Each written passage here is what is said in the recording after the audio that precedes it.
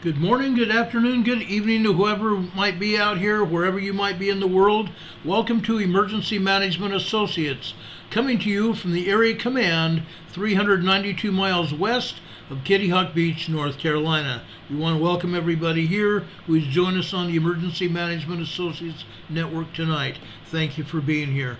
As we've been doing, we're going to be going over to the the United States Army for the Pledge of Allegiance and the nation's national anthem. Would everybody please rise?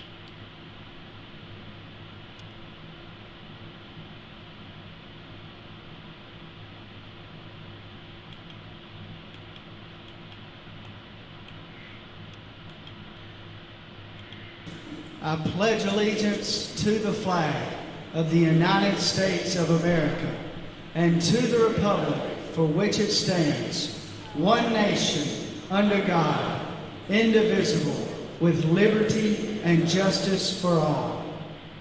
Now would you make welcome, straight from Washington, D.C., the United States Army Corps Quartet. Yeah.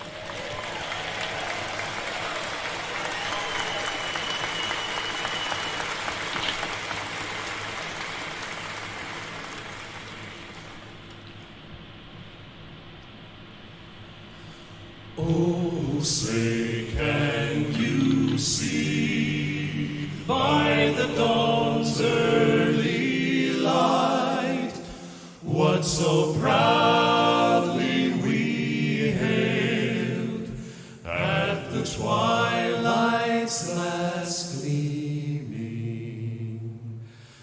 whose broad stripes and bright stars through the perilous fight o'er the ramparts we watched were so gallantly streaming, and the rockets' red glare, the bombs bursting in air, gave proof through the night that our flag was still there.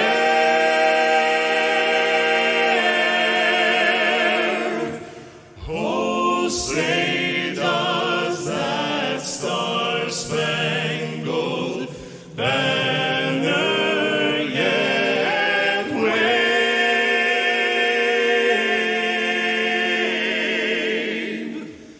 o'er the land of the free and the home of the brave?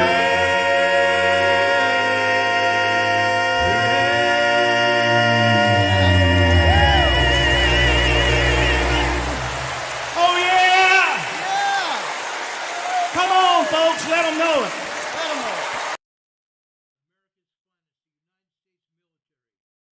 America's finest, the United States Army, giving us the national anthem, and the host of the Barbershop Quartet Convention in 2015 giving us the Pledge of Allegiance.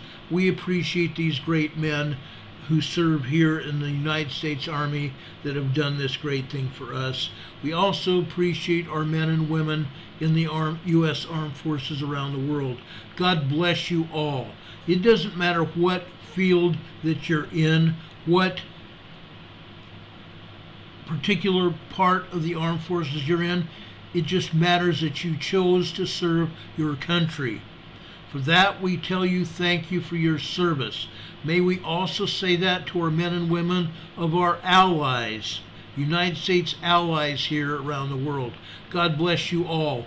May you all return home in safety after your tours of duty end. And thank you all for your service. God bless you all. Folks, I mean that from the bottom of my heart. I have been around men and women in the armed forces since eons, literally eons, guys. I've seen what happens with these men and women. I've been around them, I've worked around them, I've worked with them. I worked with my father. who was the United States Navy Senior Chief. God bless you all, guys. God bless you all.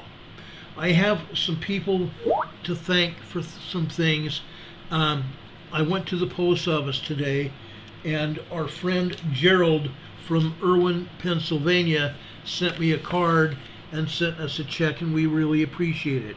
He says, you gotta be brave to handle tough stuff like this.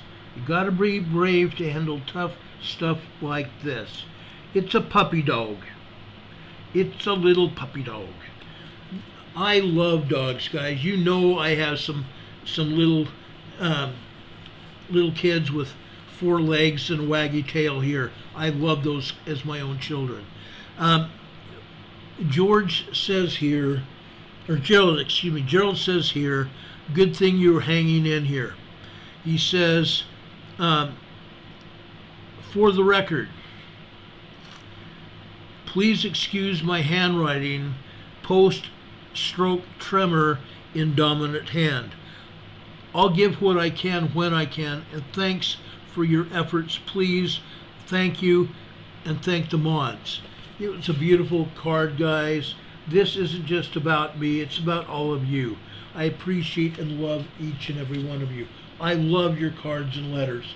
I just got off the horn just before this program came on. I got off the horn with our friend Rob.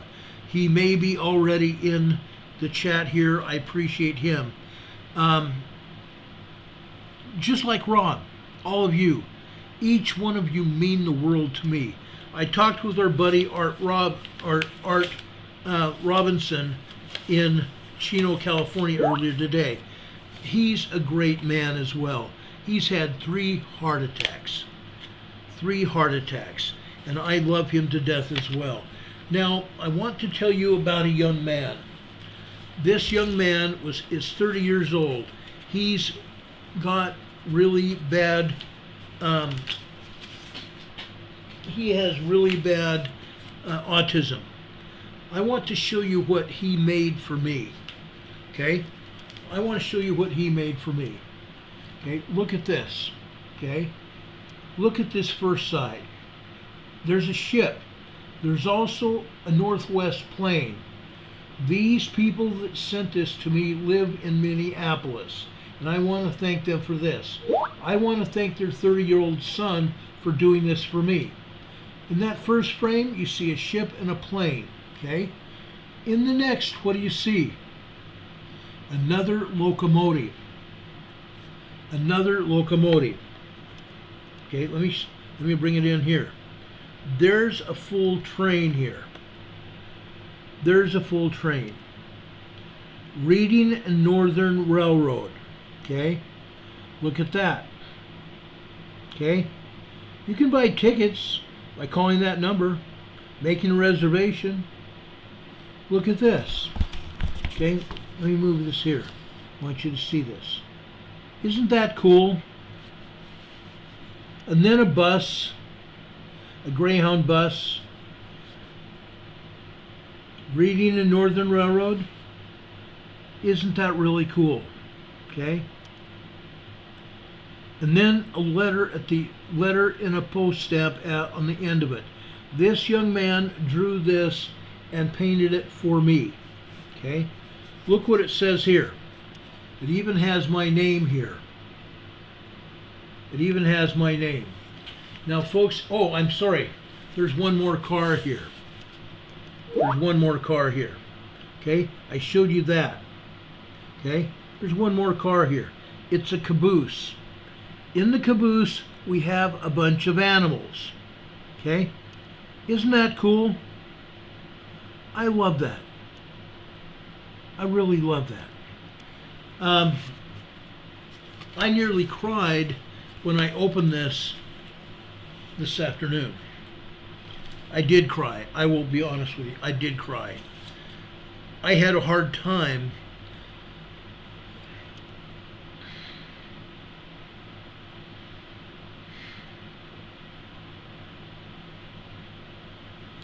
I had a hard time dealing with it. Let me tell you the story of this family and this young man. His mother wrote me this really wonderful letter. Okay? Her name is Beth. She says, my name appears as Boo G or Boo 6 on the chat on YouTube. I have followed you for at least a year and a half now.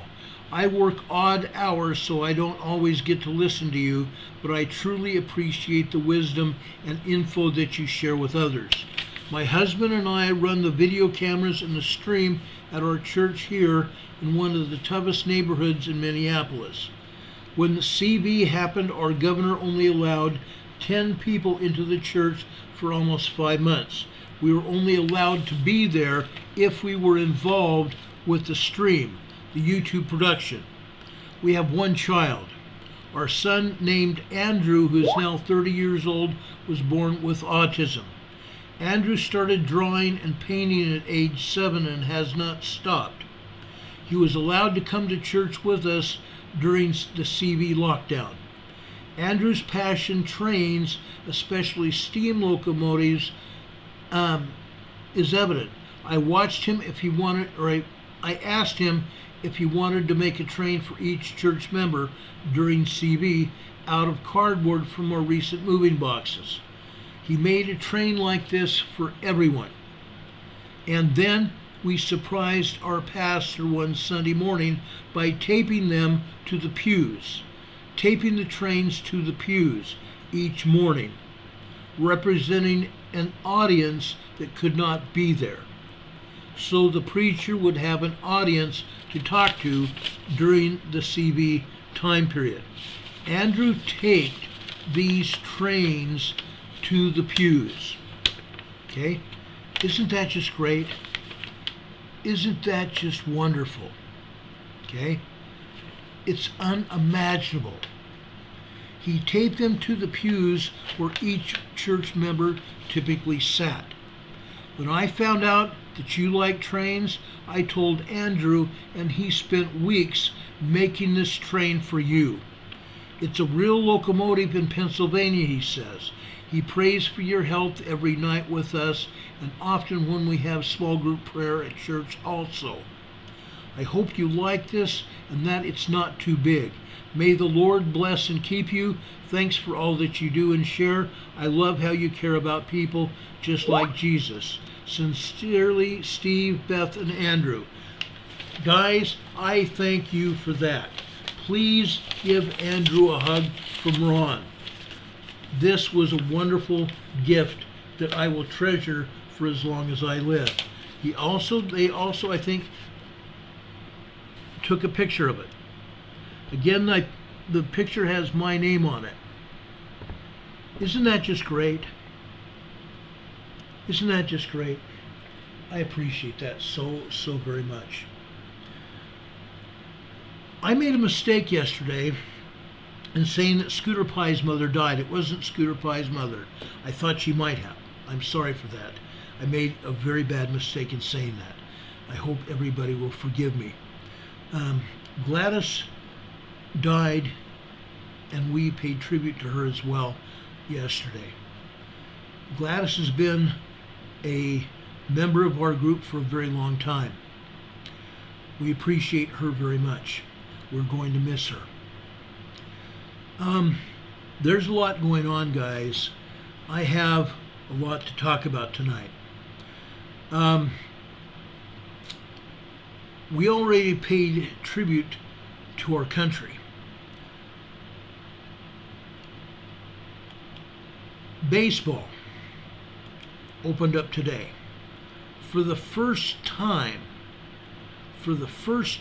in history, every baseball team in the United States and Canada played baseball today on the opening day. It's not been very often that every team in baseball could play on the opening day of baseball here in the United States and Canada, and yet that's exactly what happened. So, guys, if you will allow me, I want to sing a song that we put together, and only a part of it, only the beginning, because I, one, don't know the words of the rest, but I want to pay tribute to my Padres in San Diego. We're talking baseball. The Padres on the way. Do do do do do do do do do do do do do do do do do. Anyway, there was a cute song. One day I'll find it and I'll play it for you. But we wrote this song in honor of baseball. The Padres, they were our town baseball team in San Diego. They still are.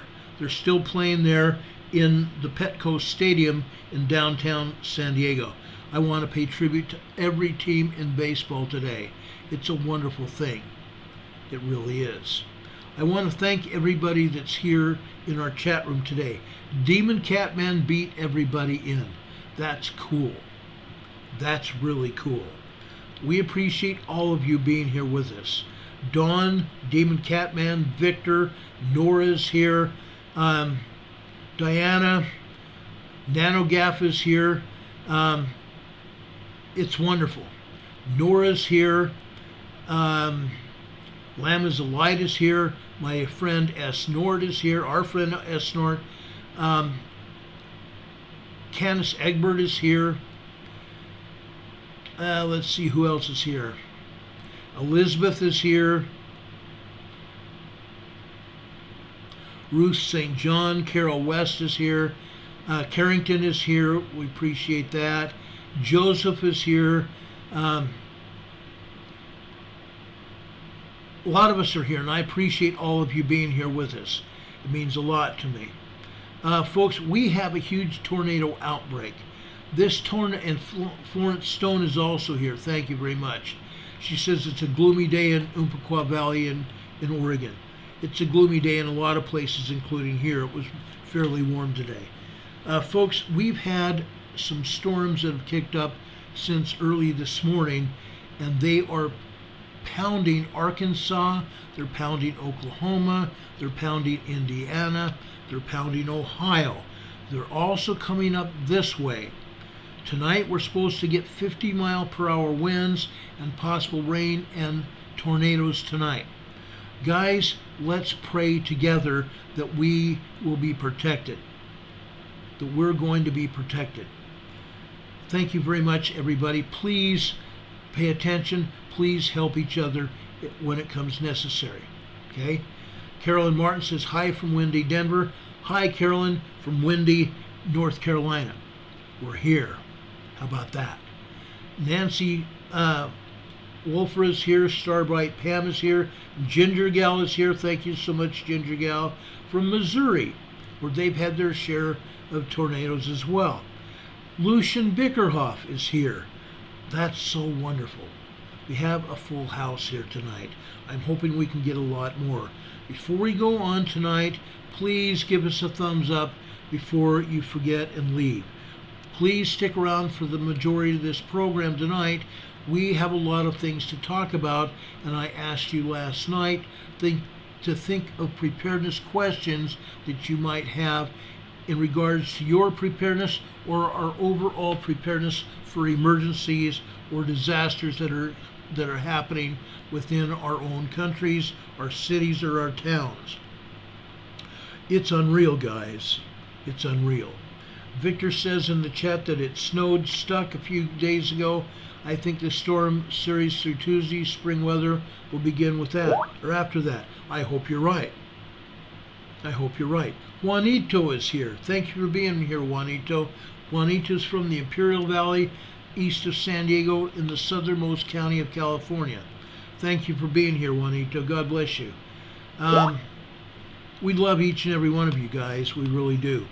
We have a lot of things that are going on, okay? Without saying any more, we have a lot of things that are going on. I want to talk about some of those things, okay? We told you last night about something that's going on with President Trump. He's now been indicted by the New York grand jury. By the New York grand jury. And it's a sham. It's a sham.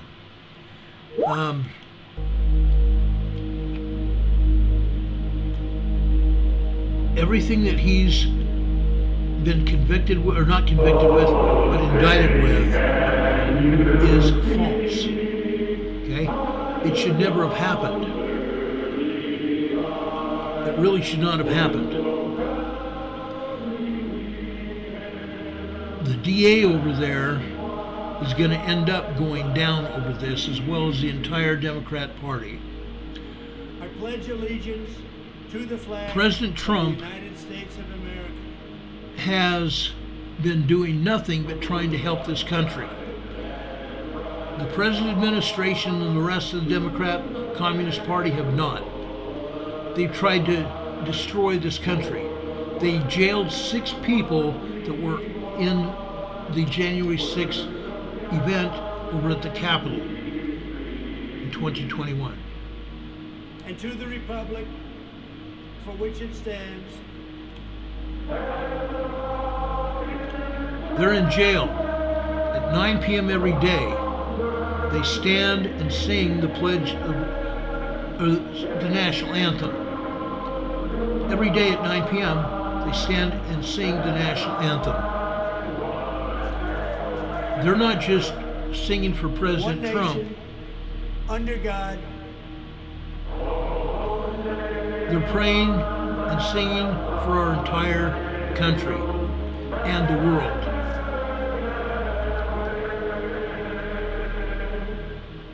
Indivisible, with liberty and justice for all.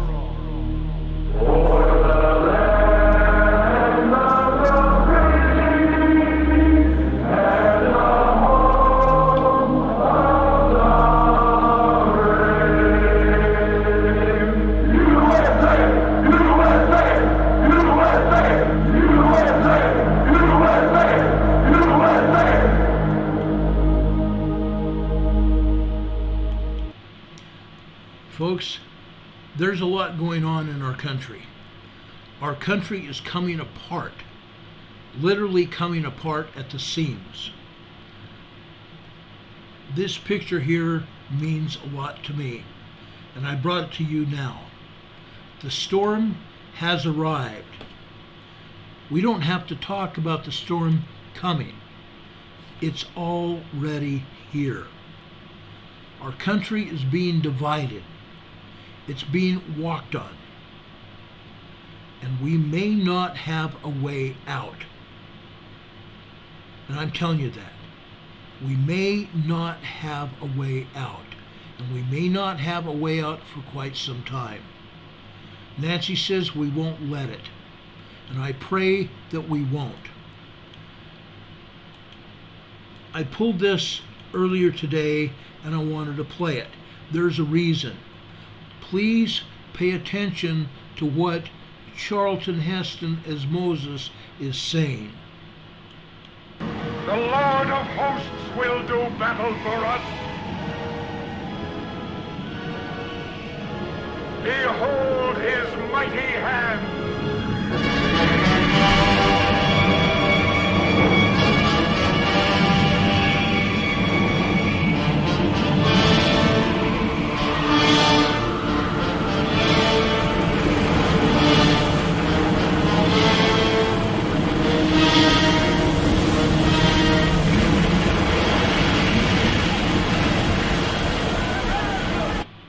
Behold the Lord's mighty hand.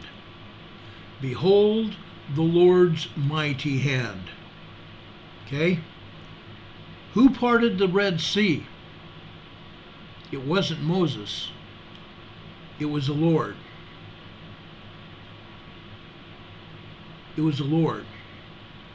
The Lord prepared a way, an opening, that the children of Israel could depart Egypt, away from the Pharaoh, so he no longer could persecute and hurt the Israelites. Folks, we will have a parting of the sea for all of us at some point in time. Okay? There's a lot of things happening. This came from a trailer for the 10 Commandments. I wanted to play that brief time for you because that means a lot for me. This scripture means a lot to each and every one of us, or should. Matthew chapter 7 verses 13 and 14. Enter ye at the strait gate, for wide is the gate, and broad is the way that leadeth to destruction, and many there be which go in thereat. Because strait is the gate, and narrow is the way which leadeth unto life, and few there be that find it. Few there be that find it. Folks, there's a lot going on. Okay? We have this going on. The deep state is hoarding unvaccinated blood. The deep state is hoarding blood. They know darn well what is going on and what they did. So they are hoarding blood. Okay? I want to show you this picture here. I want to let you see this writing. The Deep State Department is stockpiling untainted free blood. Blood in refrigerated bunkers somewhere in central Pennsylvania, ostensibly to use on themselves in the event of a national emergency. The United States Army Cyber Command. Source told Real Raw News. Okay?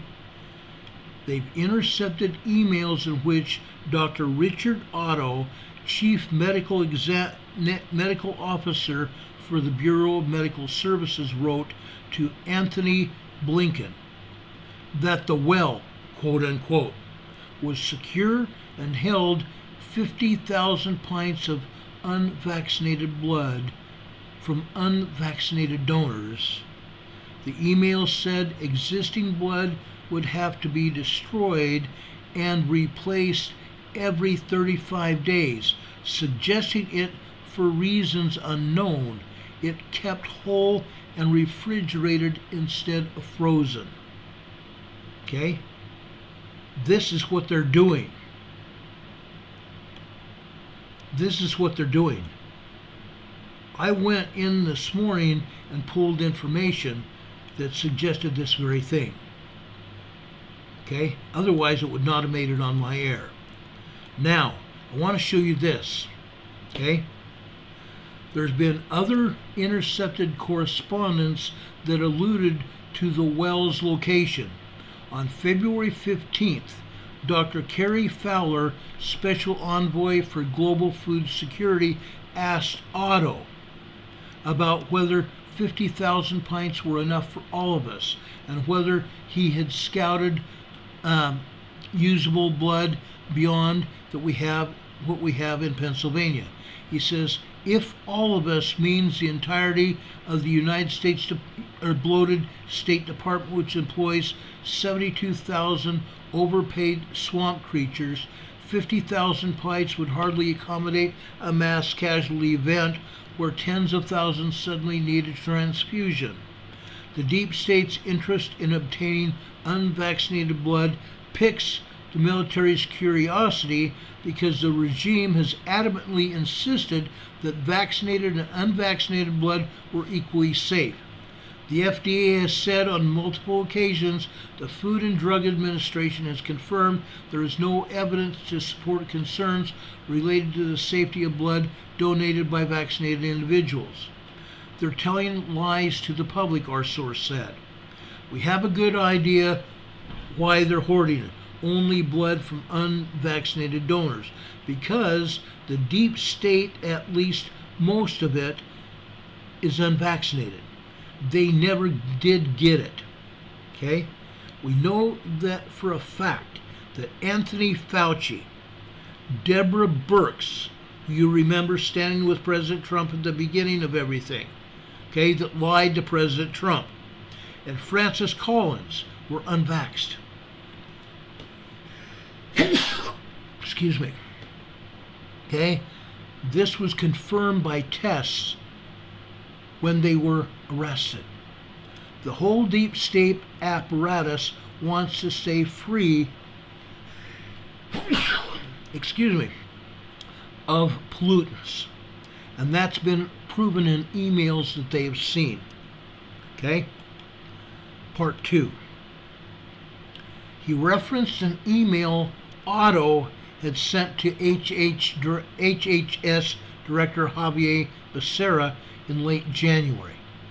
As you were instructed, we're rigorously screening donors to ensure all blood collected is free of contaminants.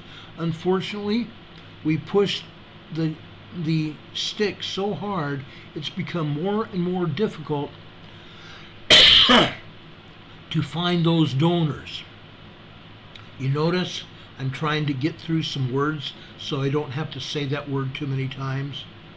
We might have to start donating ourselves to keep an adequately supply. Okay? It's unclear how and where the deep state is isolating these donors and which agencies, i.e. the Red Cross, are collecting blood on its behalf. And it's frightening to think that the deep state might be tricking patriots into donating blood. White hats, our source said, are eager to learn the precise location of the well, quote unquote. But that, thus far, it's known it's somewhere in central Pennsylvania. Without clearer intel, it would be like finding a needle in a haystack, one source said. There's nothing criminal about keeping a private blood bank. We maintain a surplus of blood from donors as we do most white hat installations.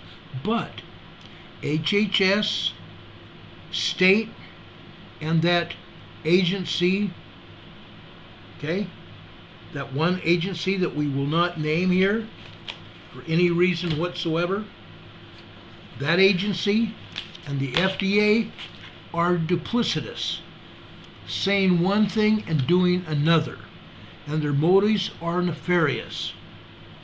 Their motives are nefarious. Okay? That's what we have for you. Okay? Now, given that, okay, remember that agency I told you I wouldn't say who it is? It's this one right here. Okay? Now, I have a lot of information that where I believe that what we read to you and showed to you is accurate. Okay? That's the only reason that I put it on our air. That is the only reason that I put it on the air. Now, folks, they talked about blood. They talked about unpolluted blood. Sorry, I've got allergies. Folks, if I were you, I would be going to places where you can give unpolluted blood to be able to get unpolluted blood in return. You can go to your local areas, people that draw blood, the Red Cross, the Röda Korset in Sweden, or wherever you go to give blood. There are a lot of different local agencies that do that. And check and see when you have to have surgery if you can give your own blood prior to that surgery, so that you know you get unpolluted blood. Don't take the chance. I would not take that chance. Not now, not ever again. Okay? Just believe me. Just believe me, please. Don't take the chance. It's not worth your life. It really is not worth your life. Now, getting on to earthquakes. Okay? We told you this earlier this week. Today is Friday. We talked about this on Monday. There has been a planetary alignment that has occurred starting just after 6 p.m. your local time, and most of the time this will be sometime just prior to and after sunset. Okay, at the far bottom of this bottom left hand side here, this is planet Mercury. Just above that, going out to the east. Okay, you want to look in the western horizon. If you're at 6 o'clock right now, you can go outside and look at this. It may still be visible. Okay, Mercury on the far western horizon, then Venus, then the moon, and it might be brighter than any other star in the sky, then Mars, then Jupiter, and then Saturn. Then Saturn. Okay? We've been told that Uranus is also out there and would be green to bluish green in color. Okay? So you may also see a total of 6 planets out there. Okay? But I wanted to show you this because I finally found the shot of it. Okay? Now, with that said, I want to go and talk about earthquakes really quick. Okay? I'm not going to spend a lot of time with this. I don't think it's really necessary. There's been no major earthquake activity today. Like I said, there's been no major earthquake activity today. We've seen some large earthquakes down in the South Pacific and the Western Pacific. We're going to talk about those right now. Going down here just north of New Zealand. North of New Zealand, we have this 4.5 moderate earthquake in the Kermadec Islands north of New Zealand. These Kermadec Islands are unoccupied, uninhabited islands. The only occupants of the Kermadec Islands are birds. It's a bird sanctuary. A bird sanctuary. Down here, and I'm briefly going over here into the Bay of Plenty. Over here into the Bay of Plenty. I'm going over here to the North White Island here. The White Island. It's been steaming, ladies and gentlemen. This is the same volcano that erupted when a trip of people, visitors from a cruise ship, were here about 2 years ago. It erupted, people got burned, and some people, including Americans, died as a result of that eruption. It is steaming again, and it may also erupt again. Okay, White Island, north of New Zealand, in the Bay of Plenty. Okay, so there's that. Then we go north from the Kermadecs, over here into Fiji, the Fiji region. Today, this earthquake was a 4.4 moderate earthquake, basically a mid-range 4. Okay, mid-range moderate earthquake. This, folks, was a very, very deep earthquake. This is 561 kilometers deep. 561 kilometers deep. As a result of this earthquake, we may see upwards of a 5.0, 5.1 earthquake originating from this deep earthquake. Okay? Now, what do we think may happen as a result of this earthquake? The seismic energy generated from this earthquake is going to move north or south or east or west. Okay? It could move south into New Zealand. Okay? And cause a large earthquake down there. Large is 5.0 to 5.9. I'm calling for maybe a 5.0 as a result of this 4.4. Okay? It could go north into Tonga. It could go northeast into Tonga. Or, folks, it could go a lot further. It could go all the way over here to Chile, or over here to the Easter Islands. Okay, it could go. It has done this in the past. Today over here in Chile, USGS is showing us one earthquake. What a joke. What a joke. There's 20 earthquakes here all over South America, West Coast. All kinds of earthquakes. And they're only showing us one here. What a joke. This is a 5.2, just short of northern Chile. A 5.2 large earthquake here. Okay, it says it's 78 kilometers north-northeast of Tal, Chile. Okay, let's look at this. Okay, I want you to see where it's at. This is in the foothills of the Alps, the western foothills of the Alps. Okay, that's where it's at. If there's anyone around here, it could be a community way down here that might feel that energy from that large earthquake. Okay? This earthquake is only 53 kilometers deep. This is a fairly shallow earthquake. Okay? People up here to the north could also possibly feel this quake. I do not see any communities up this far that would feel the power of a large earthquake. There are communities north of there. There's communities far east of here. Out here, they might.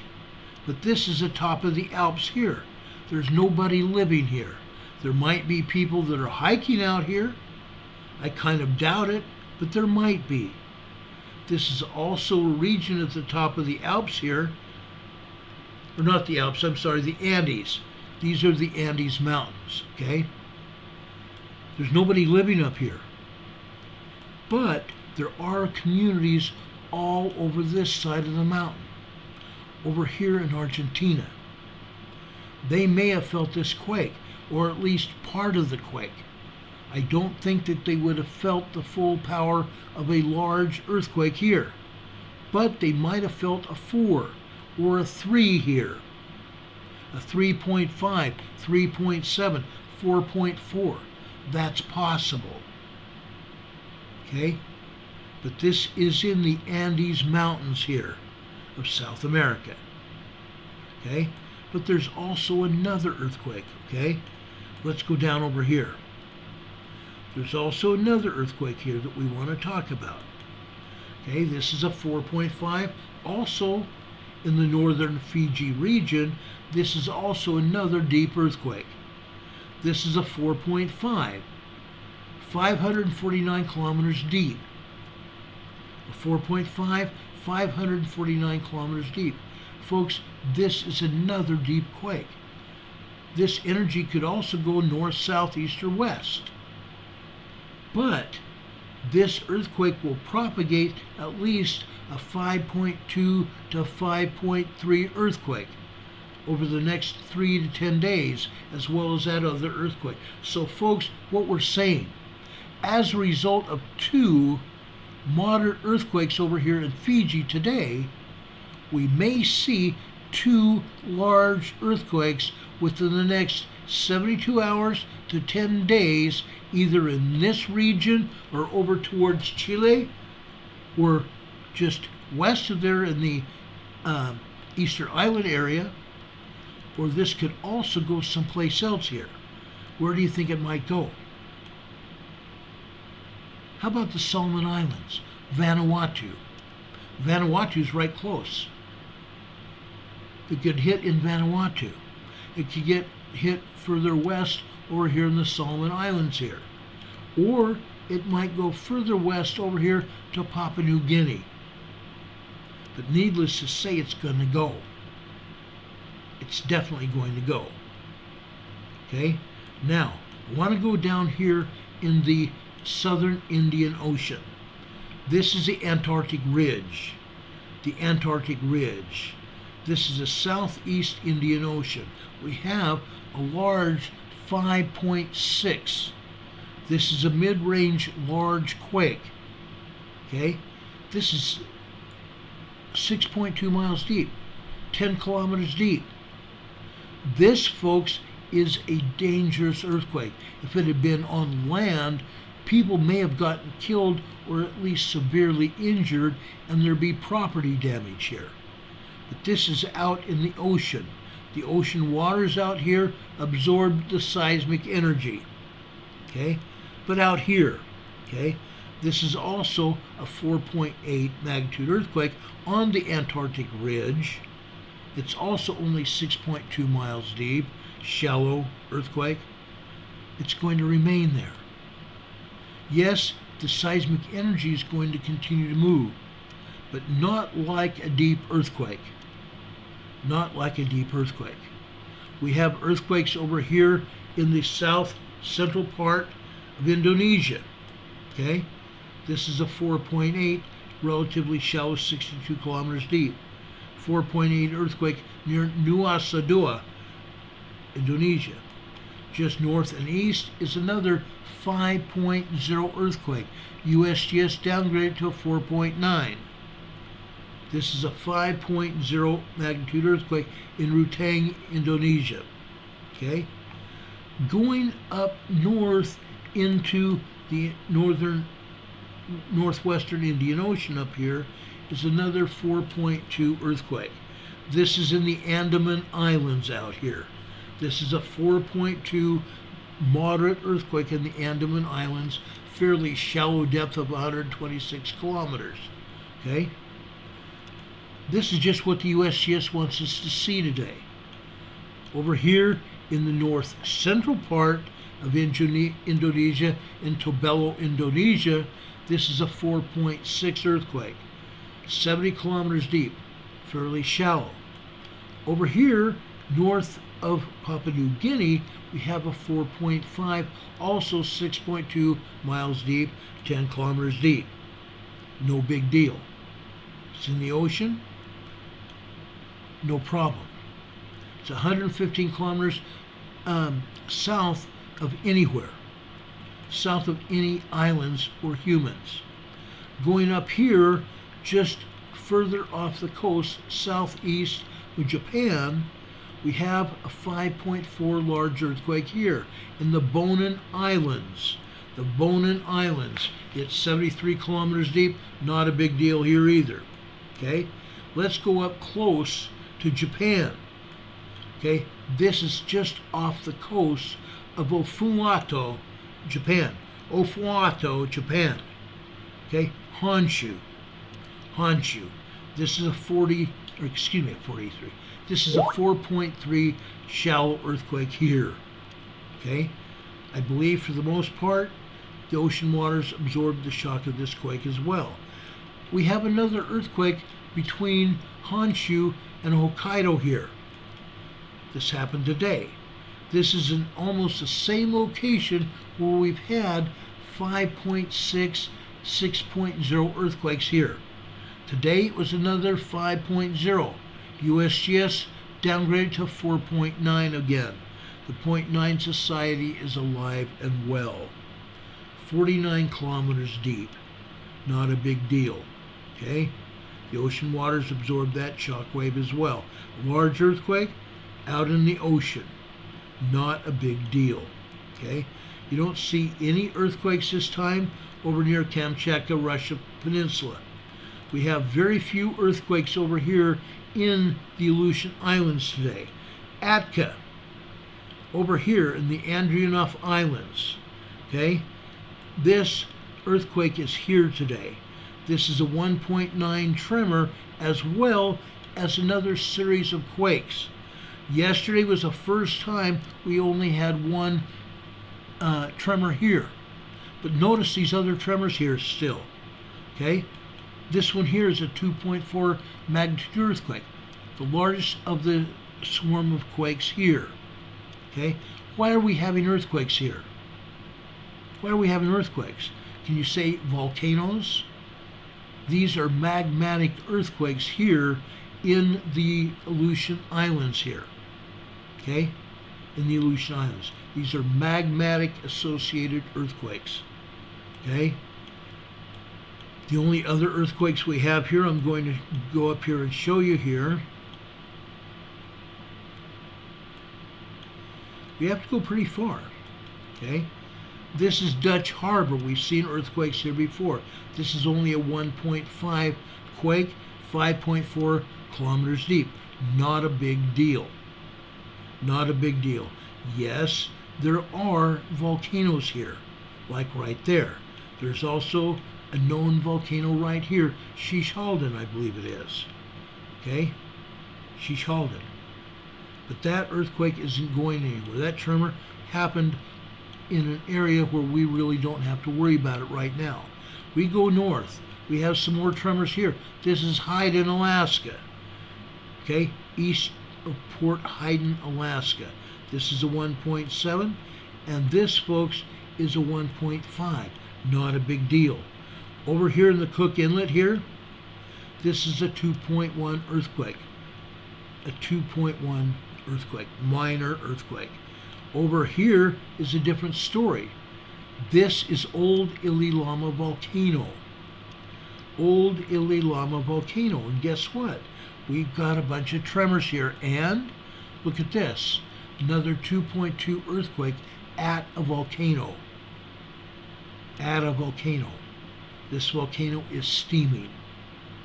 Okay? Surrounded by tremors. These are magmatic earthquakes. Magmatic earthquakes. Now, we go a lot further north. What do you think is happening up here? Folks, this one here. Okay? USGS has this as Southern Alaska. Southern Alaska. To a point that it is. Okay? This is a 2.1. What do you think is here? What do you think is here? Can you say Mount Redoubt Volcano? Mount Redoubt Volcano, guess what? We have all these earthquakes just east of Mount Redoubt Volcano. Okay? So we have some tremor activity there. We don't see much other activity right here. Talkeetna, Alaska. Okay, this is 1.5 miles from Talkeetna, Alaska. Okay, we go up here into another situation here. This is Denali National Park, and for once, USGS has the numbers right here. This is a 1.8 magnitude earthquake near, guess what? What kind of mountain lives up here? What kind of mountain lives up there? Isn't that a statement? What mountain lives up here? What mountain is over here in Denali National Park? Okay? They tried to call it Mount Denali during the Obama administration. Okay? There are just tremors all around this great big huge mountain. Okay? Around this great big huge mountain. A bunch of tremors. Okay? This earthquake here at 2.2. Okay? They mislocated it as well. This is a 1.5. Okay? North of Denali here, this is a 2.1 near Clear, Alaska. North of Denali. Okay? We can go further northwest here. This is Hughes, Alaska. A 3.0 there. A 3.0 and a 3.7. Okay? These are very shallow depths. Very shallow depths. This is only 1.5 miles deep here. Okay? 1.5 miles deep there. Now, this is over what I like to call the hand of Alaska. The hand of Alaska. Okay? Because the thumb of Alaska goes over here. Okay? The thumb of the Alaska goes over here. This area where these earthquakes happened, Hughes, Alaska, guess what? Just north of there was another place called Kobuk, Alaska, where we had a 6.3 magnitude earthquake some 3 years ago. Okay? Some 3 years ago. So this could actually be an aftershock of that 6.5 or 6.3 magnitude earthquake that happened there 3 years ago. Okay? This is what commonly happens there. Okay? It commonly happens a lot.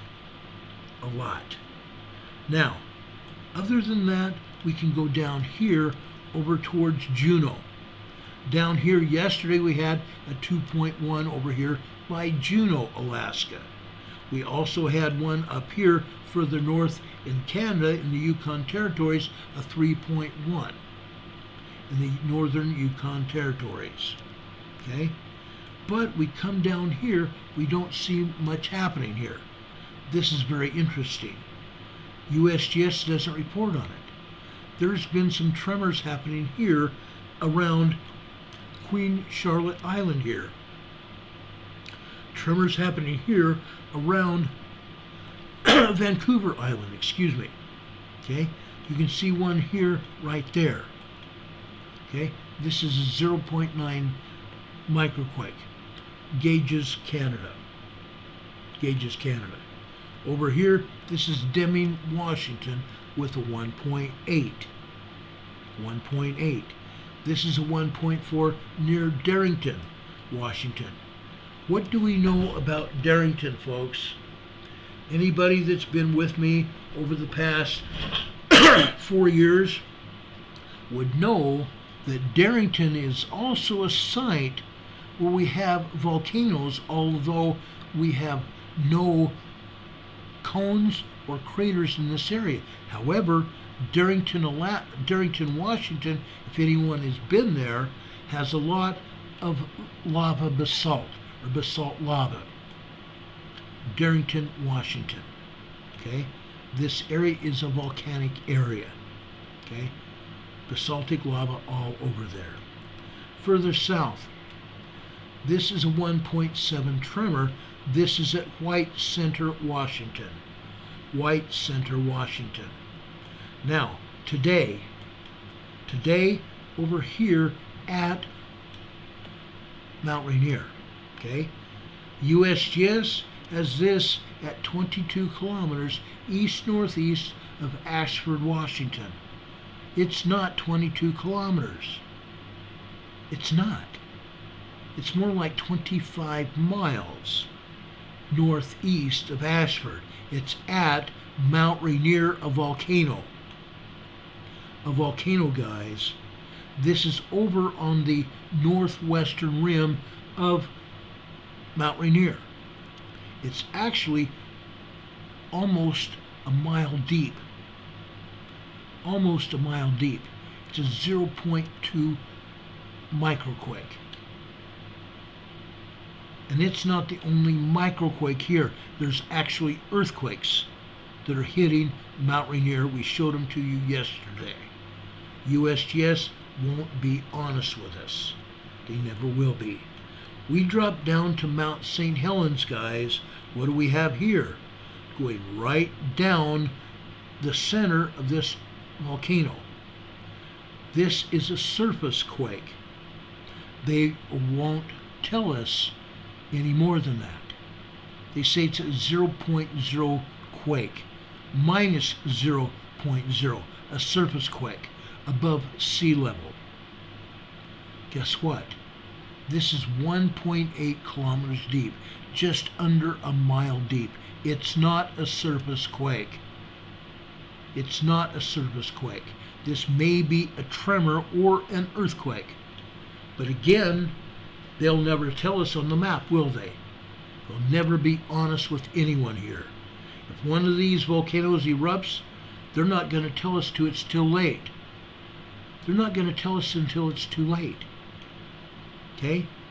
But they're at least telling us that something's going on here. This one is at Mount Hood.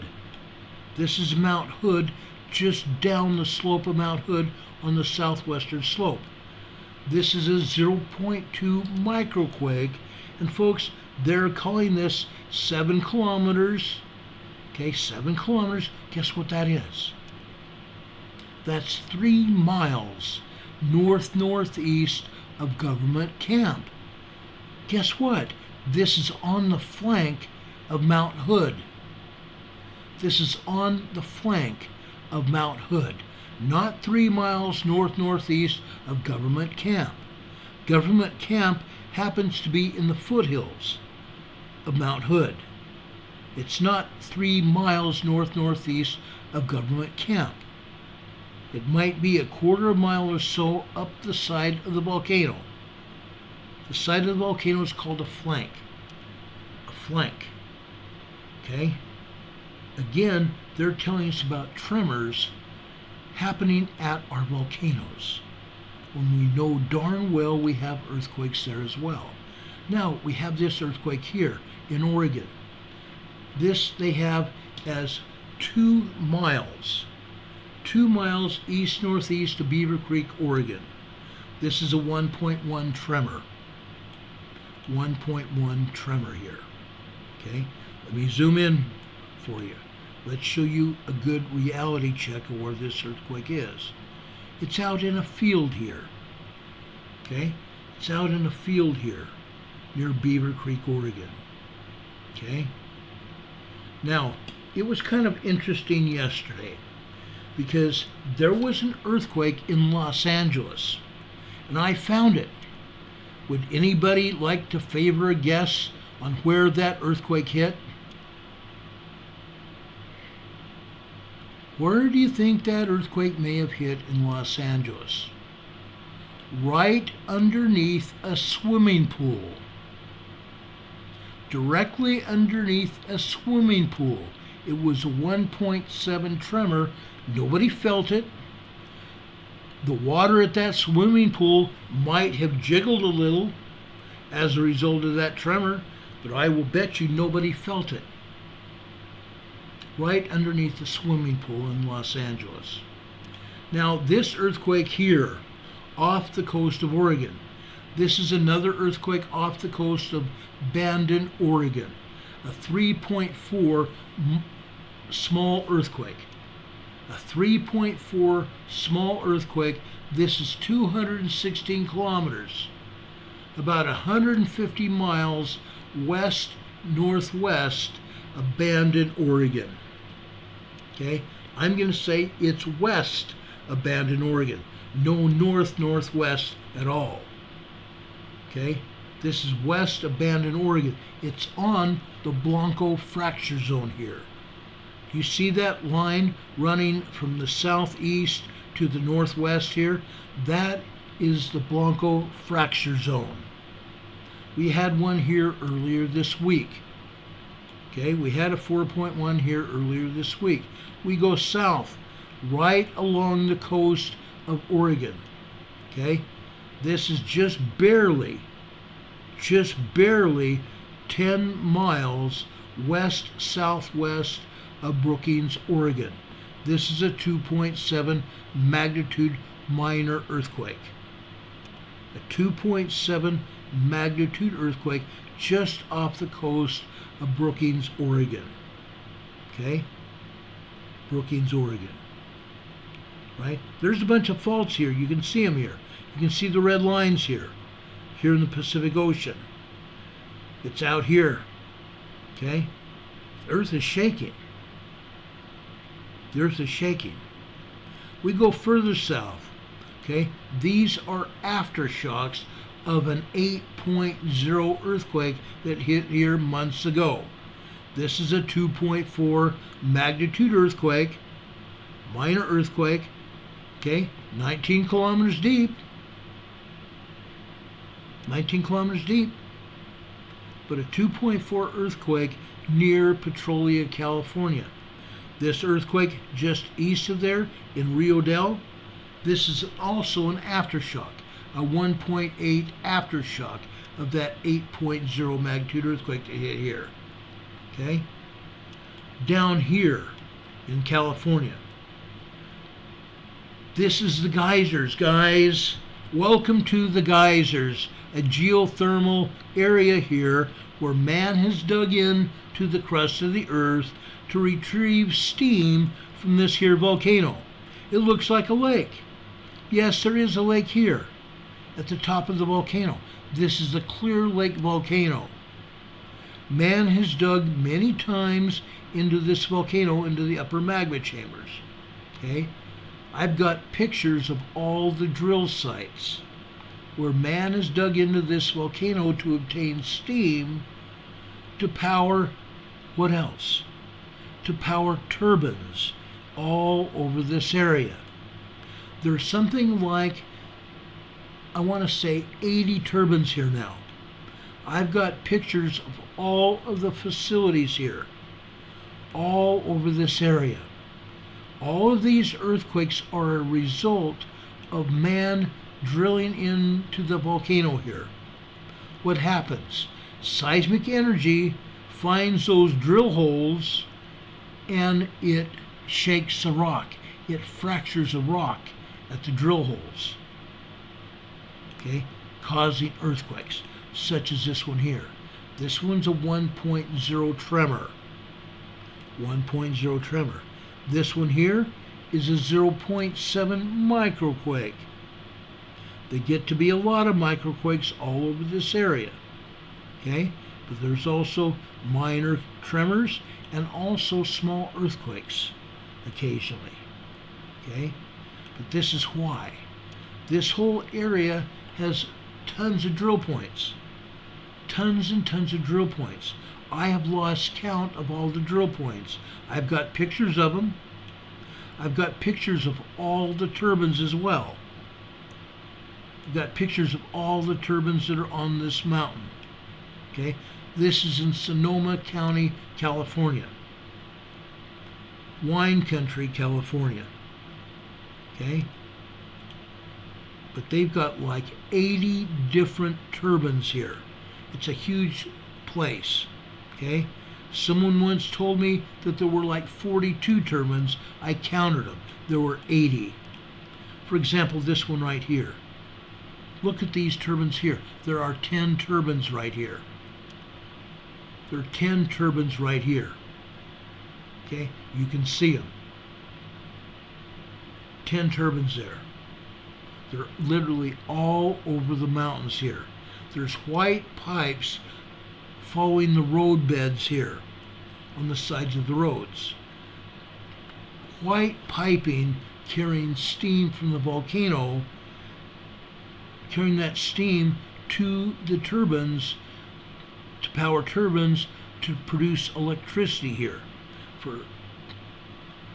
for Pacific Gas and Electric. Okay? 10 turbines all over these mountains. This is a 2.6 magnitude earthquake. Like I said, we've seen microquakes, we've seen tremors, we see this 2.6 earthquake.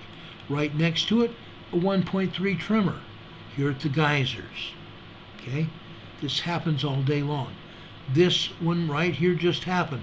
This is a 1.0 tremor here. Okay? In the geysers complex. We've seen as many as 30 to 40 earthquakes here before. The only time we had more than that is when we had a 4.6 magnitude earthquake here. Okay? 4.6 is hit here occasionally, not often. We've also seen earthquakes over here at the volcano. At the volcano. Why would we see earthquakes at the volcano? Because the volcano is recharging. The volcano is recharging. I don't think, and they're not going to tell us, that earthquakes are hitting here unless it's a big enough earthquake. Then they have to say something. Okay? But that is a volcano. That's a volcano. Okay?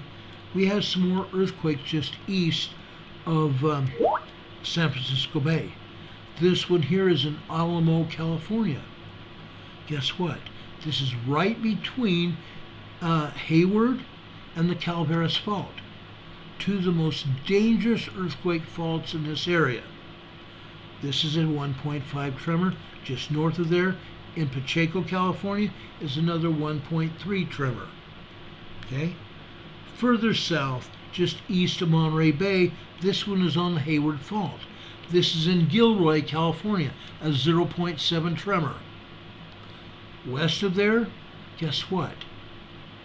Guess what this is? This is on the San Andreas Fault. This is a 1.0 earthquake in Aromas, California. A tremor here. Further down the San Andreas Fault, this is a 2.4 magnitude earthquake in Tres Pinos. Tres Pinos, California. This is where a 5.1 hit here 2 years ago at rush hour traffic in the afternoon. It broke a pipe at an oil refinery here at Tres Pinos. There was a fire. We had black smoke all over the place for about, I think it was 5 or 6 hours into the early morning hours of the next day. Okay? This happens when a good-sized large earthquake happens. Further down the San Andreas Fault here, this is the Pinnacles. It's a 2.2 magnitude earthquake here. 2.2 earthquake here. It's also an oil and gas quake. An oil and gas quake. Now we go further down the San Andreas Fault. They are not reporting any earthquakes at Parkfield, California, which is right here. Parkfield, California is the earthquake capital of California. Okay? Having more earthquakes and tremors than anywhere else in California. Now, I want to show you this. Okay? Now we have come down the San Andreas Fault to the Garlock Fault. Okay?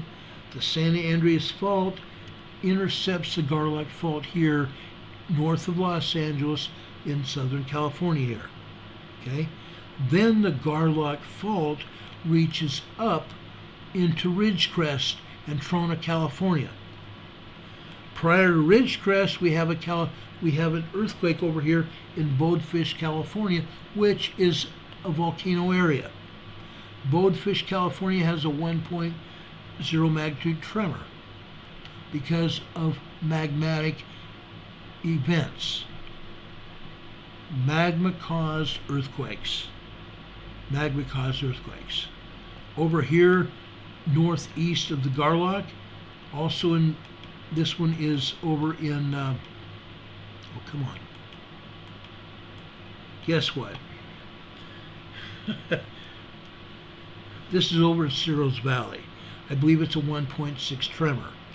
But they have shut off my USGS map. I want to show you a handful of other quakes there. Now, I wanted to talk about some earthquakes in Los Angeles. Yes, there's some earthquakes in LA. I showed you these earlier on Wednesday. On Wednesday. Okay? There are earthquakes happening now. Now, does anybody have any emergency preparedness questions? I'm going to talk about emergency preparedness right now. Okay?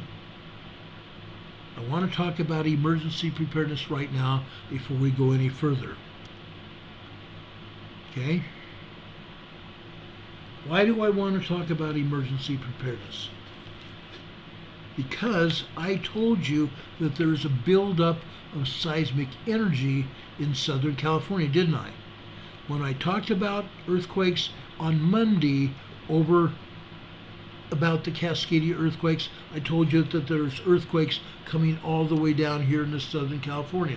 On Wednesday, I showed you a lot of the earthquake buildup, the seismic energy buildup in Southern California. There's a lot.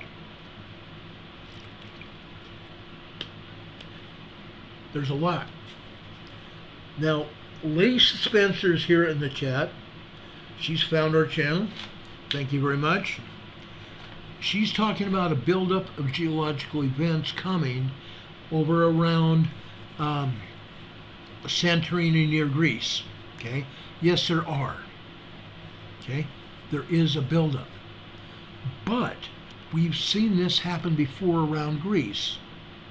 Okay? What happened the last time in Greece? In northern Greece, there was a buildup of seismic events, and I'm talking minor earthquakes, minor tremors, and more of them, and then they graduated upwards of a 2.2 minor earthquake, 2.5s, 2.7s, 3.5s, and then we had a 5.9 magnitude earthquake in northern Greece. It killed a lot of people. It injured a lot of people. There's a lot of destruction in Greece. They do not have earthquake standards like we do here. It's happening again. It's happening again. Linda Covington is asking, wouldn't the steam cool down in the pipes in transport? Okay? No, it really doesn't. It really doesn't. The hot steam coming from the volcano doesn't come out of those pipes. And it's traveling so fast, there's so much steam buildup there, it's traveling so fast that there is very little heat that escapes. It goes right into those turbines, and the steam powers the turbines. Okay?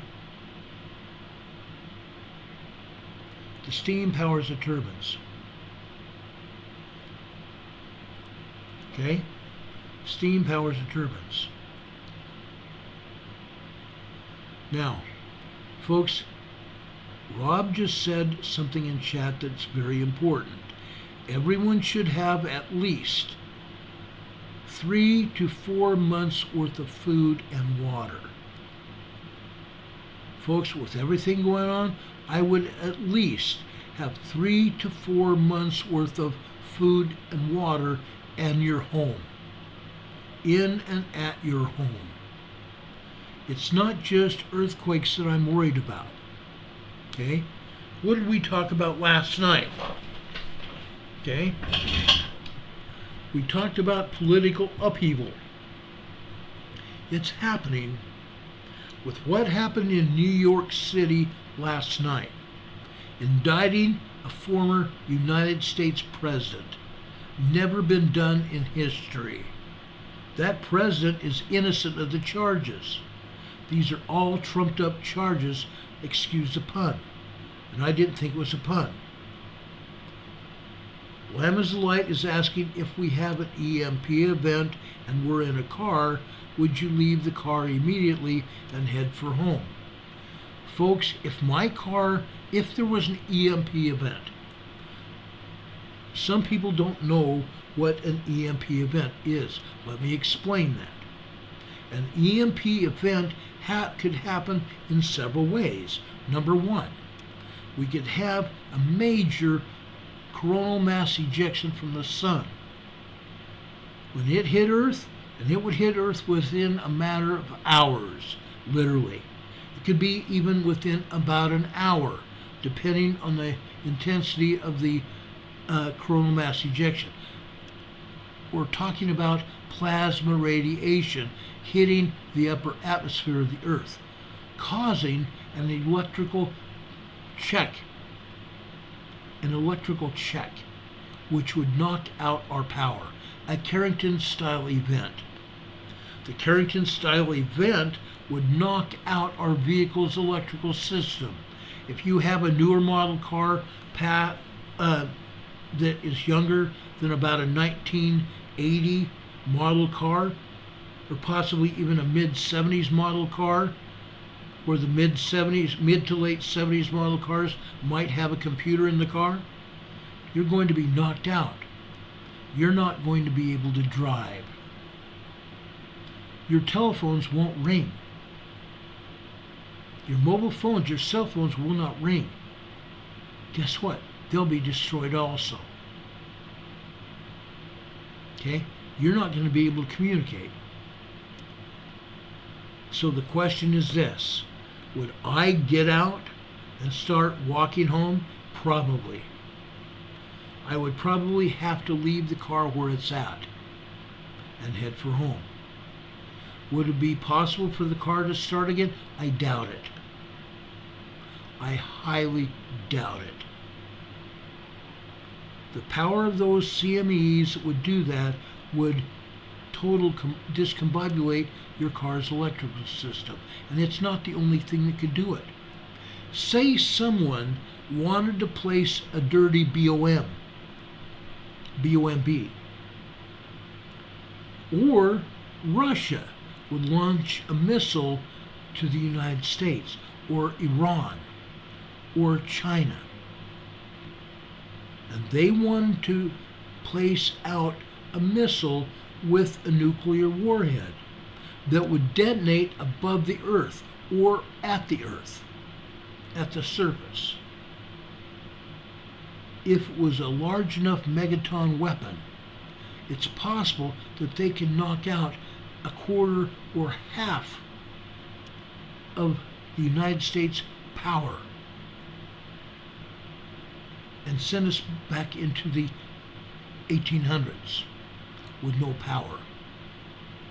In a matter of seconds, that would happen. And allegedly, Russia has large enough missiles to completely take out the power grid here in the United States, to take out the power grid in England or wherever they wanted to launch the missiles. They threatened to do that. Okay? They threatened to do it. We would lose communication, we would lose everything. We'd be knocked into the 1800s. And yes, if we were around anywhere where that missile detonated, guess what? We would either die or we would have burns and other injuries from the radiation and have cancer and die within a matter of a short time. Okay? And other radiation going out from that BOMB would depend on where that BOMB would land and how strong it was. Okay? It could affect a great, huge area. Okay? Don Patoka says, according to FEMA, 95% of the U.S. population has much less than a 2-week food supply. They suggest a minimum of 6 months. 6 months. Folks in the know suggest up to 2 years. The Church of Jesus Christ of Latter-day Saints, since 1940, has been suggesting at least a 2-year supply. But everyone needs to build up from there. You need to build up to at least 6 months, or even several months. Build up to then 6 months, and then a year, and up to 2 years. I don't think we have that much time left. I really don't think we have that much time left. Well, Wolfman is saying, guess what? Civil unrest. That's exactly what I'm saying. Civil unrest. That is going to prevent us from getting much of a food supply now. You need to worry about it now and do as much as you possibly can now. Elizabeth Panslap is asking, will lithium-ion batteries explode with a CME or an EMP? It's a possibility. That is a possibility. No one has said anything, but knowing how these cars and these other lithium-ion batteries are, and what has happened with these, and the studies that have been made, it would not surprise me that they would explode and cause a fire, and worse, burn anybody that's around them. Linda Covington says, what if you park your car in a garage? Number one, the CME or the EMP that would result from that CME or that nuclear blast would disable your house, all the electronics in your house. It wouldn't matter whether your car is in the garage or not, it's still going to be affected. Okay? It's still going to be affected. Okay? Lisa, if you would please stay with what we're talking about here. I'm understanding that your pole shift and everything else you're talking about is important, but we're not talking about that tonight, Lisa. Please stay with what we're talking about. When we talk about pole shift, you can talk about pole shift here in the chat, but please stay with us. I want everybody here that's in the chat and at home paying attention to what we're talking about. Okay? Please hang there with us. Yes, pole shifts are important. Tectonic plate movement is important. We were talking about tectonic plate movement a little while ago. Okay? Lisa, please stay with us. I appreciate that. Okay? Victor, please don't put down anybody in this chat. Okay? Nobody's putting you down. Please don't do that here in the chat. Your message was taken off by one of our mods. Okay? If it continues, I'll have to kick you out of the group. Don't do it, please. I would rather have you here. JB Map says, I have hundreds of lithium batteries here all around me. It should be painless. Yeah. I totally get where you're coming from, JB. I have a few lithium-ion batteries here as well. Things can happen. NanoGap is asking, how strong will an EMP be if it's on the order of a Carrington event? Such an event would be disabling. It would completely take out the electrical grid where we're at, and possibly knock the entire country out as well, and everything else around the earth. England, Greece, Sweden, Norway, Denmark, all parts of Europe, the Middle East, the South Pacific, Australia, Japan, South America, Africa, everybody would be affected by a CME. Okay? If it's a BOMB, it would depend on where that BOMB landed, on how strong of a warhead it was. Okay? Michael McKinney says electric cars will be messed up. Absolutely it will. It really will. Okay? It's unreal. It's unreal.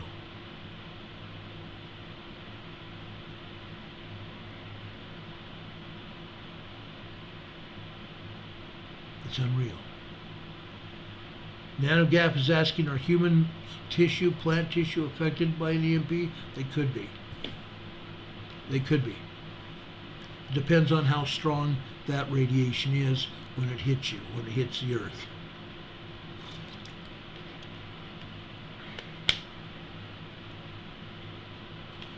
Okay?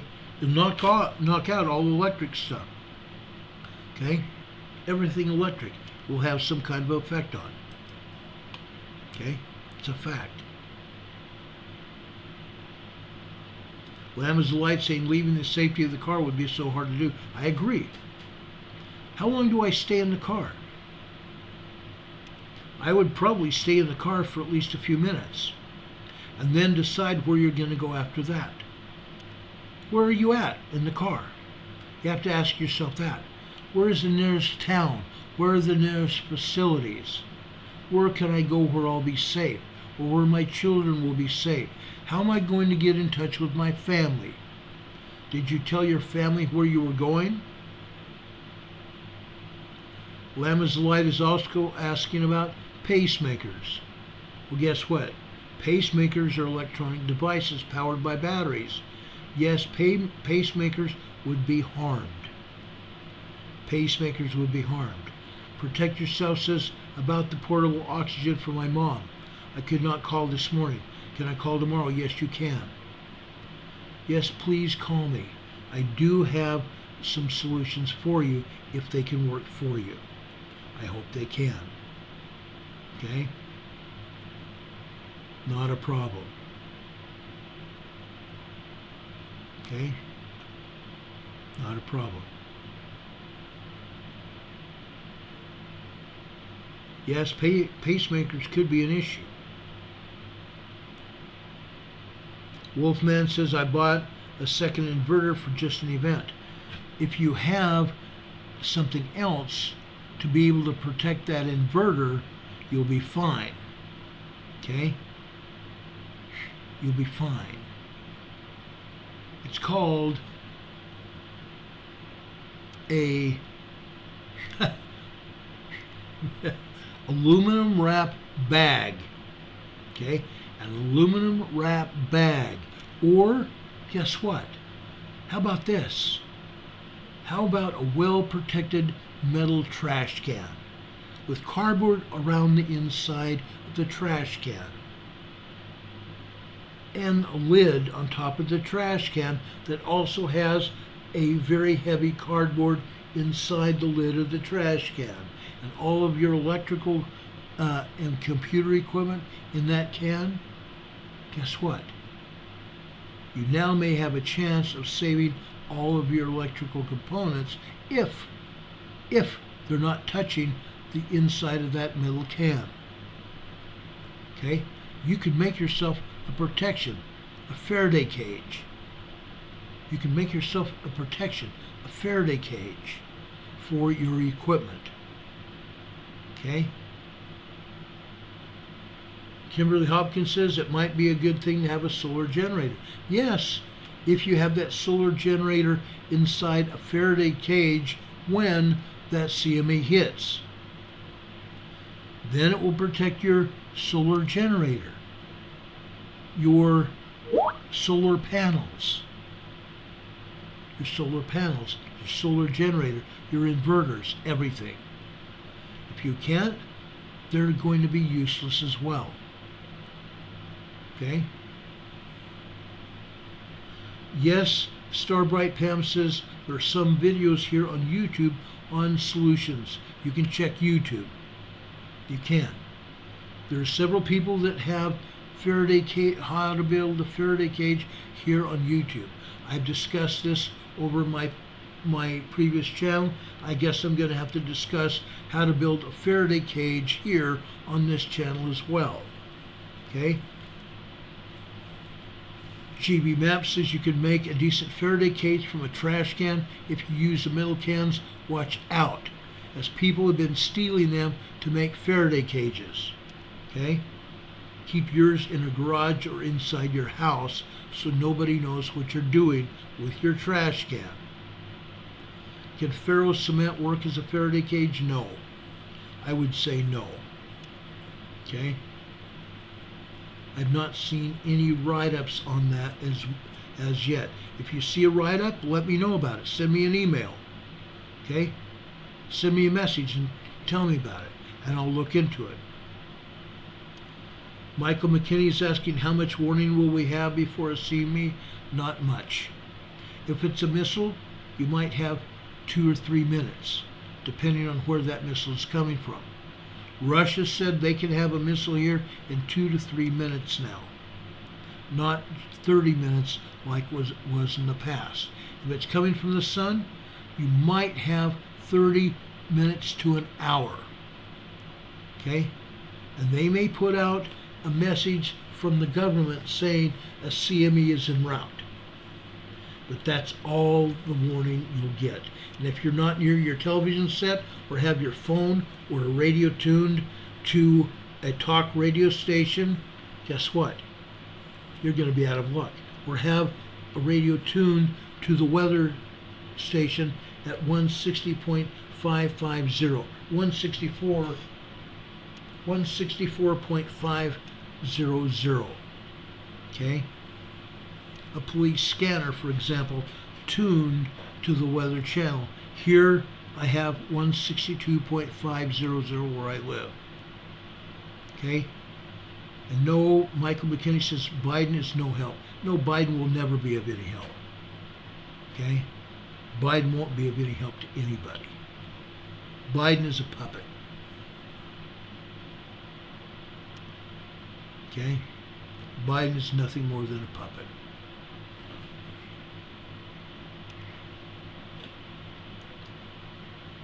Yeah, Rob just mentioned how about having all your electronics inside a microwave. No, the microwaves are proven to be of no help either.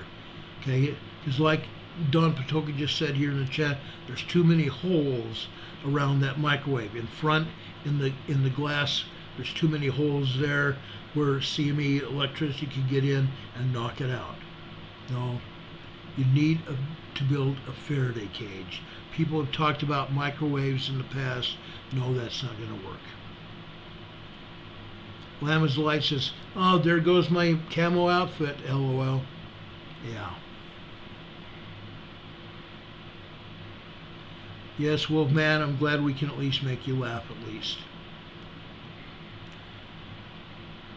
But guys, this is real. Lama's Light says, I've got real good boots in my trunk. Good. That's a good thing. You need to have sturdy shoes. Sturdy shoes at least, or boots. I've got boots. I've got boots. Okay? You need to have good boots, okay?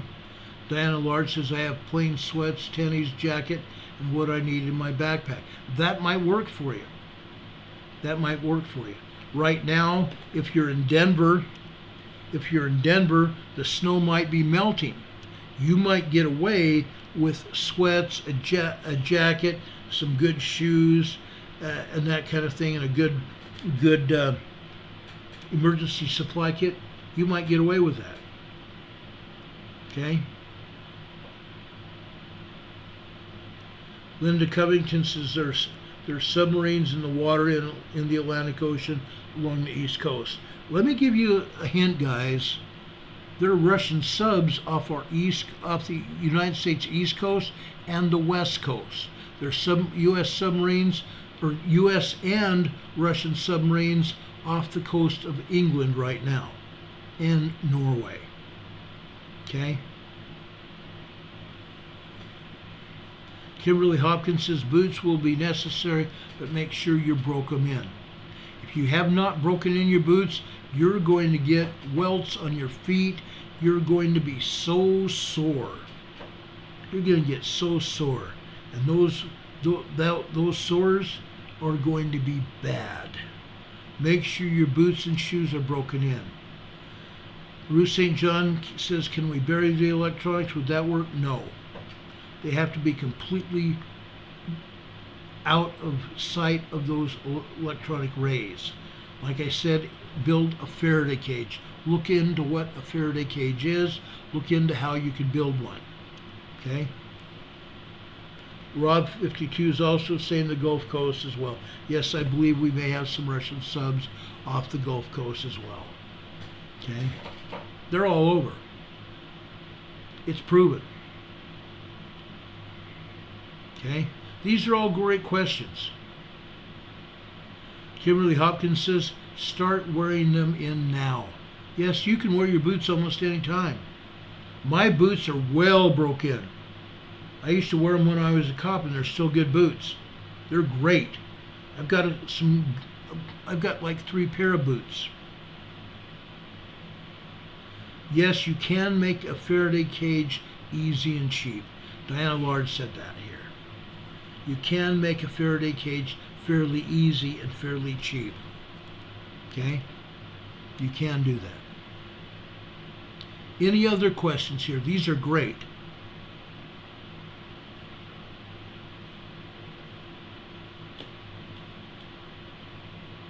Yeah, if you put your electronics 8 to 12 feet deep, you probably never find them again. Don Patoka says over 8 to 12 feet deep. Yeah, maybe. Maybe is a big maybe. Spelled with capital letters and stretched out for about a mile. Maybe.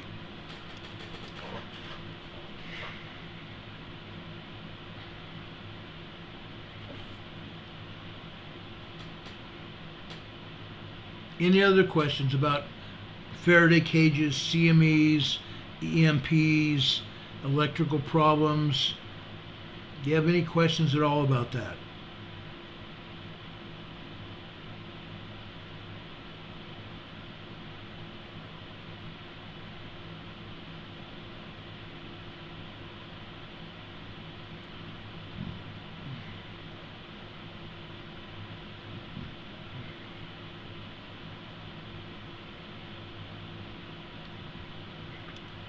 No other questions? Just real briefly, I want to talk about the San Andreas Fault.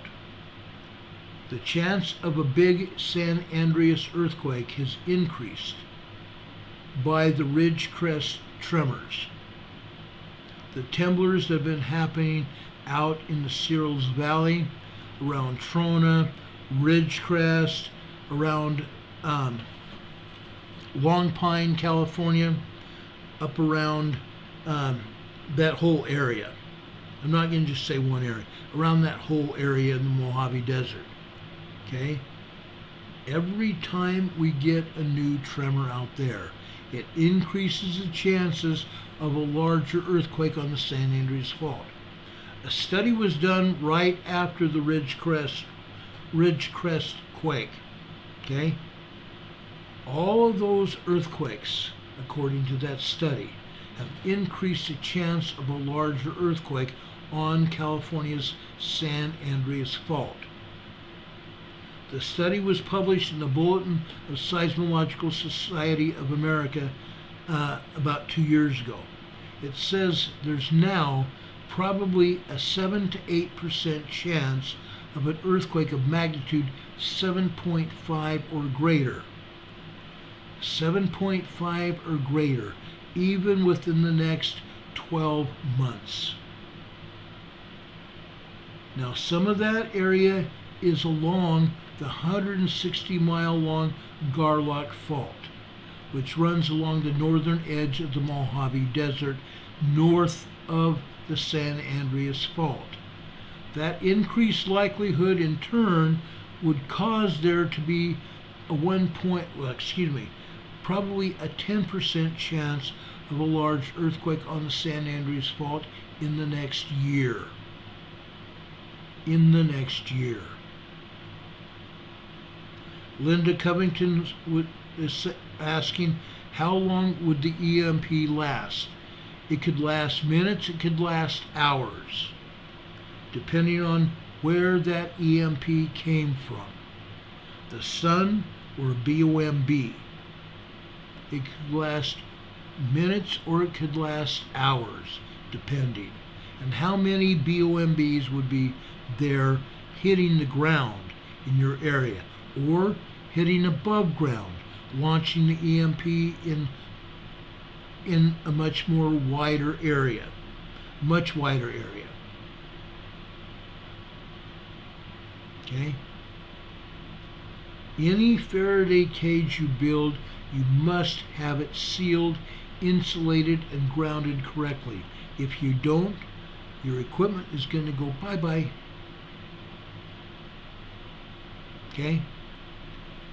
Wolfman says, have a Land Rover that is diesel and no computer. Well, I believe there's still computer electronics in the Land Rover, unless you get an older one. An older one. Okay? And yes, any kind of EMP would set us back over 200 years. Okay?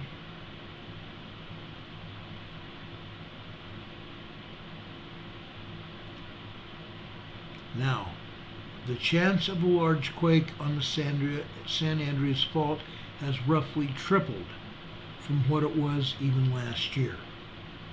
It's tripled. Tens of thousands of earthquakes have hit since the earthquake hit in Ridgecrest on July 4th that year. Tens of thousands of quakes have hit. Now, this.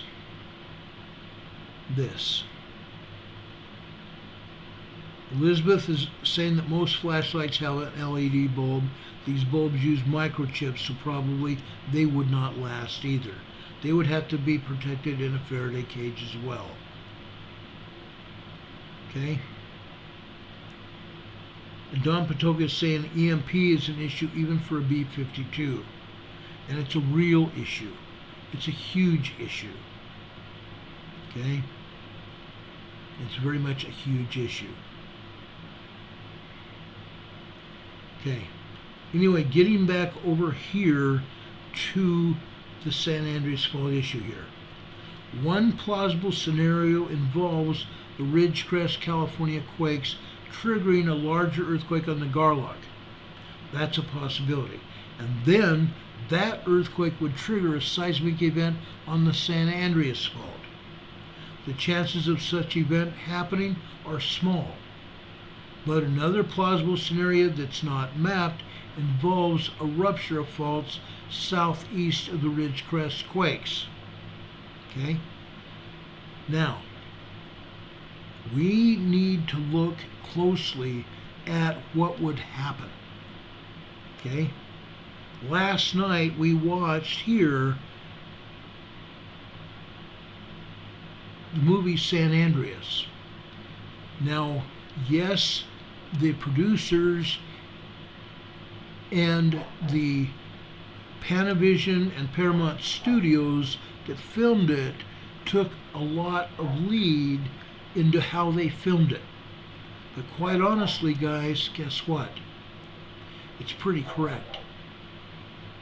It's very much correct. So you need to be ready. Everything that we've talked about when it comes to earthquakes is correct. Okay? Diana Large says, Elizabeth, look up how to build a Faraday cage out of a popcorn bin. Yes, you could do that. Get some cardboard, bubble wrap, and aluminum tape.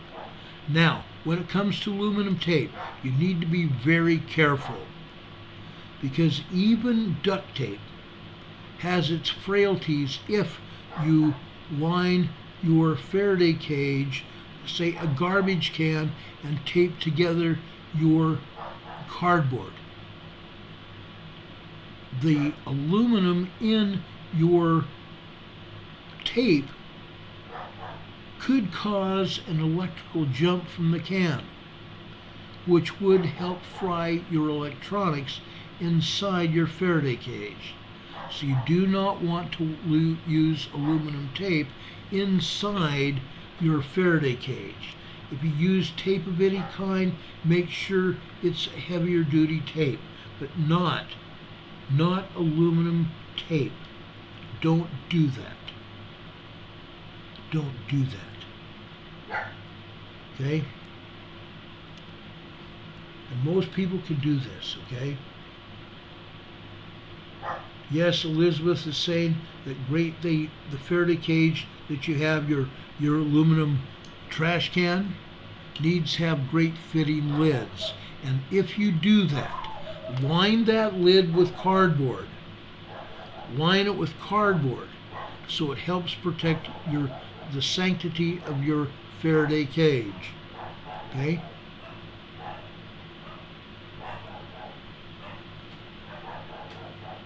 Okay? Protect yourself. Okay? Diana Large is only outside. Okay?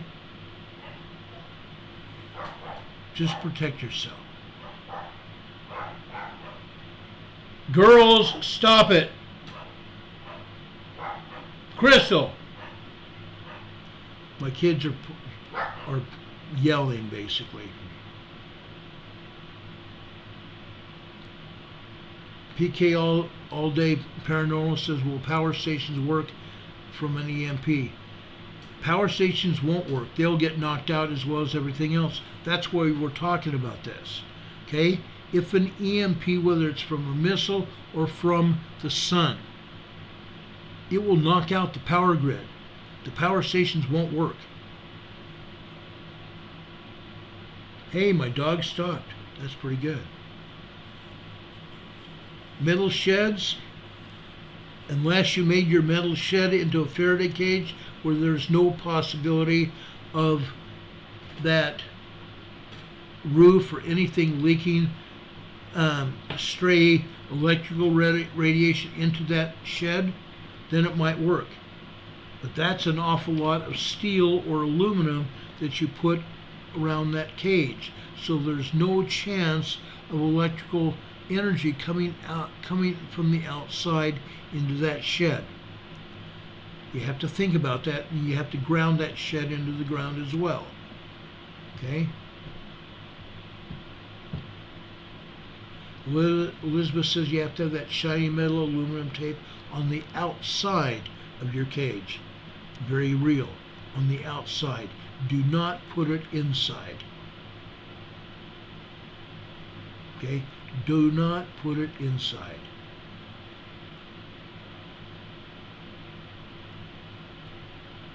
Joseph is asking, can you spray Flex Seal on the layer as a layer of protection on the inside of the aluminum can? I don't know. I've never even heard that tried. I don't know. Diana Large says no. I doubt it. Holly, knock it off.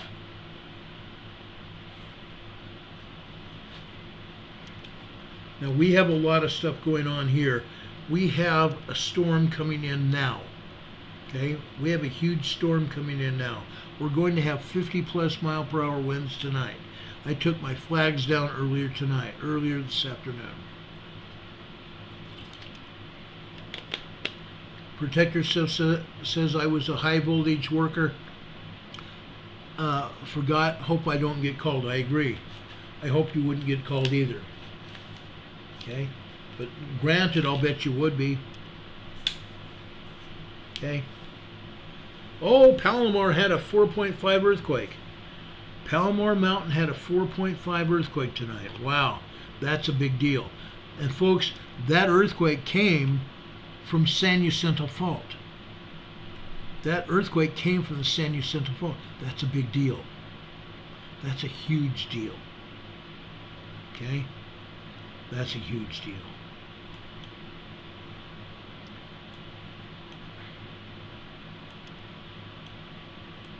That's a huge deal. A 4.5 in northeast San Diego County, that's a huge deal. Say it's 3.5 miles northwest of Palomar. I'll bet it was at Palomar. That 3 miles northwest of Palomar, I don't think so. I'll bet it was at the observatory. Because it's right directly on top of the San Jacinto Fault there. I'm looking at it now. There was also an earthquake that just happened over near Calipatri in Nyland, California. It's a 1.5 tremor over there. That area is going to get hit, guys. It's getting hit all over the place. It's literally getting hit all over the place. And by the way, guys, down in the Baja California, we had a 3.6 magnitude earthquake in northern Baja today. A 3.6 small earthquake down in the Baja located near San Vicente, Mexico. It's east-southeast of San Vicente, Mexico. And then one off the coast near Monedero, Mexico. 3.2 magnitude earthquake just off the west coast of Baja. And this is south of Ensenada. This is about 40 miles south of Ensenada and west of the Baja. And this same thing over that I told you about, this 3.6 that is 17 miles east-southeast of San Vicente, it's about 40 miles southeast of Ensenada. Amy Jo says you guys are having a blizzard in Minnesota tonight, 40-50 mile-an-hour winds and heavy snow. Doesn't surprise me. You guys are getting the snow that Salt Lake did 2 days ago. Salt Lake got nailed. They got nailed. Yeah, Starbite Pam says they downgraded that 4.5 to 4.2. Guys, it was probably 4.5. Regardless of what USGS says, that was probably a 4.5. And yes, I just saw the downgrade myself. That's sad. Yeah, Wolfman says, your doggy dog so restless, give him a treat. Yes, I probably will. I've got two puppies. They're not puppies. They're adult dogs. They're, if you think about it, they're 14 years old. Okay? They're pretty old. And they're active as all get up.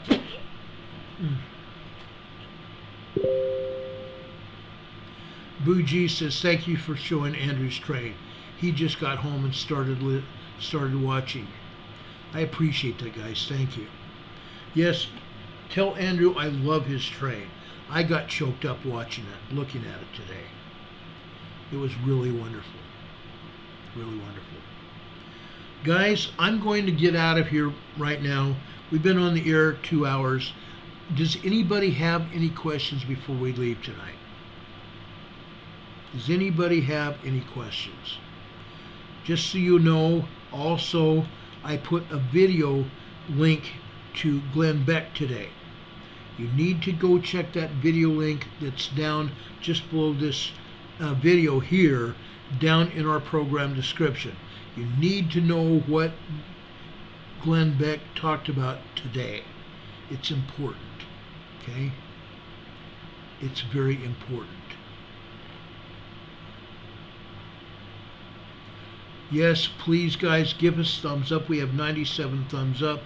I love it. I really love it. I appreciate everybody that's been here watching the program tonight. Right now, we still have 84 people watching the program. That's very thrilling to me. I appreciate that. JB Map says, Ron, will you please touch base on any info you can get on this summer's fires? Oh, absolutely, I will. Like in the Northeast, I will, JB Maps.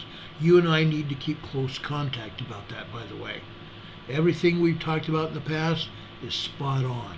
I appreciate your help. William is asking, is aluminum furnace tape, add screen wire to inside your metal can, seal the lid with tape? That might be a good idea. Okay? Michael McKinney says, you think something big is on the way out here? Yes, I do. I really do. I put that word out Monday, and I mean it. I showed you a lot of earthquakes here in Southern California, and I mean it, guys. It's happening. It's happening. We're getting a bunch of good-sized earthquakes, 3s, 4s in Southern California. A larger one is happening. It's in the works. Okay? It's in the works. Now, again, I will be back here on Sunday morning at 10 a.m. to talk about Jesus Christ's mission, what he did while he was on the earth, and his triumphal entry into Jerusalem this Sunday. You can look at that in Matthew, Mark, Luke, and John. Okay? Look at it. We can talk about it. You guys can be in the chat. We can talk about it. Okay? I would love that this Sunday. Again, Sunday morning at 10 o'clock only this Sunday. Okay? Usually we're on at 12 noon, but this Sunday it will be 10 o'clock. I'll be in a conference session at 12 noon myself, so I won't be available online. Protect Yourself says, I have fire blankets. That's a good thing to have as well. Okay? That's a very good thing. Folks, before we leave, okay? Before we leave, I want to give you a scripture to think about. This is in regard to the Savior's life, okay? This comes from Luke. Luke chapter 4, verses 18 through 21. Luke chapter 4, verses 18 through 21. The Spirit of the Lord is upon me, because he hath anointed me to preach the gospel to the poor. He has sent me to heal the brokenhearted, to preach deliverance to the captives, and recovering of the sight to the blind, to set at liberty them that are bruised, to preach the acceptable year of the Lord. And he closed the book, and he gave it again to the minister, and sat down. And all the eyes of all of them that were in the synagogue were fastened on him. And he began to say unto them, This day is this scripture fulfilled in your ears. This day is this scripture fulfilled in your ears. Brothers and sisters, as we talk about what is going on in our society, as we read the scriptures, our scriptures here that testify of the Lord Jesus Christ, those testimonies are being fulfilled in our day. Brethren and sisters, I would ask you this Palm Sunday to prayerfully consider the Scriptures. Let's talk about it. Let's uplift each other this beautiful Sunday morning that's coming up. Just 2 days away, a day and a half away. Please let us do this, okay? I'd appreciate all of your families to join us as well. Tell your neighbors and friends about us as well. I would love to have a large gathering of people on the Emergency Management Associates Sunday School on Sunday. Come follow me, the Savior said. Sunday morning at 10 a.m. Everyone, I love you very much. I care for you. I really do. This family has brought much love to me and to everyone we've associated ourselves with.